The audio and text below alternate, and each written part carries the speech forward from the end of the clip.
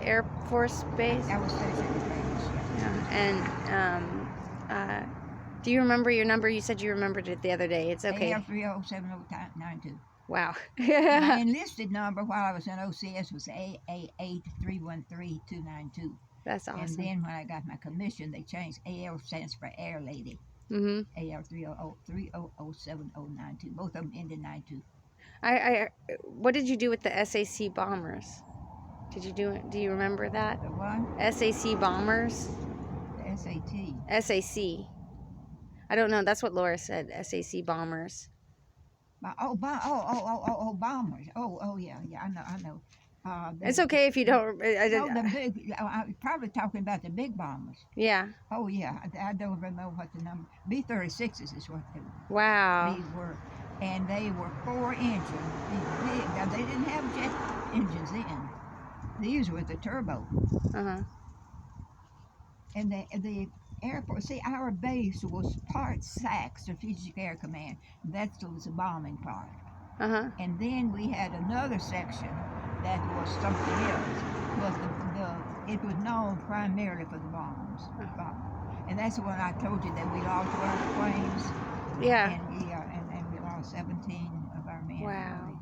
But it was, I'm not sure it's one of those. But I tell you the truth, I was from here to the street out there, my BOQ, but when one of those things started up, revved up, it almost rolled you out of bed. Wow. Those 4 big engines, ooh, and then they had the little jets. See, this was before they had jet engines.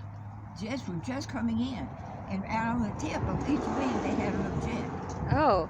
But these were all turbo engines. Ooh, and that was, we were really a SAC base, Strategic Air Command. Wow. Bombing, fighting, we were a fighting base. But we had another section. Yeah. There, but we were primarily a fighting base. I love you so much. You're so awesome. Thank you for your stories.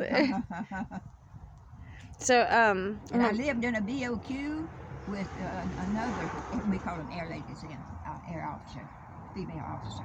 And the nurses, see, we had a big hospital there, and all the war wounded came in to us. We would have plane loads just loaded with wounded on stretchers. Wow. They'd bring in 50 or 60 at a time. Oh my gosh. They would come from Korea or Japan. Korea was where the fighting was. They were sent to Japan, shipped out, and they were shipped. They had a stop in Hawaii, and then from Hawaii they came to us.